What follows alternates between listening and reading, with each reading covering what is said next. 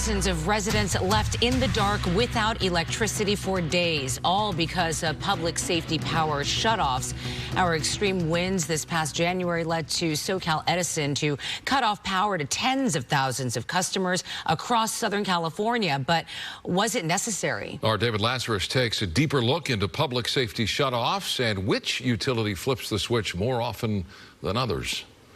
If you can call it safety to leave 100 residents in a 3-story building with no electricity, no heat, no hot water, no means to cook, no elevator service, I don't think that's safety. I think it's actually abuse. Margie Rigby dealt with 8 days of power outages in January as her local utility, SoCal Edison, managed fire risk near the Mission Village senior apartments in Riverside. So we lost all our food in our freezer, all our refrigerator food.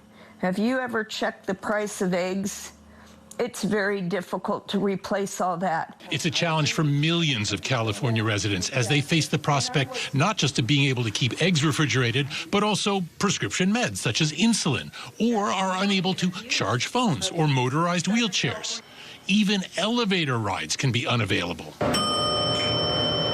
Southern California Edison did us wrong, huh? Yes, yeah, they did. Absolutely. The California Public Utilities Commission, which regulates Edison and other utilities, found that Edison shut off power to minimize fire risk last year more than twice as often as other utilities. Jeff Monford, an Edison spokesman, said this was due to circumstances beyond the utility's control. This year, we have seen a greater number of communities affected by or that needed a public safety power shutoff because the winds were stronger than usual. We had several systems, one after the other, and that led to public safety power shutoffs being needed in more communities than are accustomed to it. The LA Department of Water and Power, for its part, says its service area is too densely populated for frequent shutoffs.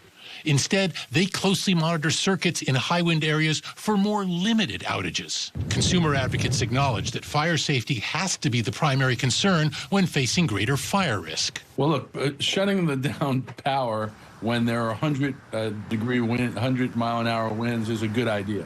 We learned that hazard of not shutting down high voltage power lines when there's 100-mile-an-hour winds. That appeared to spark the Eaton fire.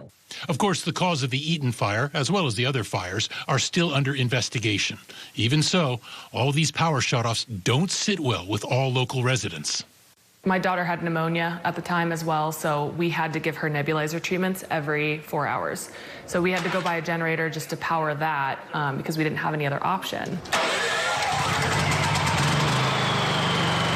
It's a tricky business, weighing potential risk versus customer convenience. Court at Consumer Watchdog says what's needed are statewide standards so that individual utilities aren't making up policy as they go along. We should have a statewide, governmentally assessed set of protocols. And when the companies stray from it, there needs to be questions that are asked. I'm David Lazarus, KTLA 5 News.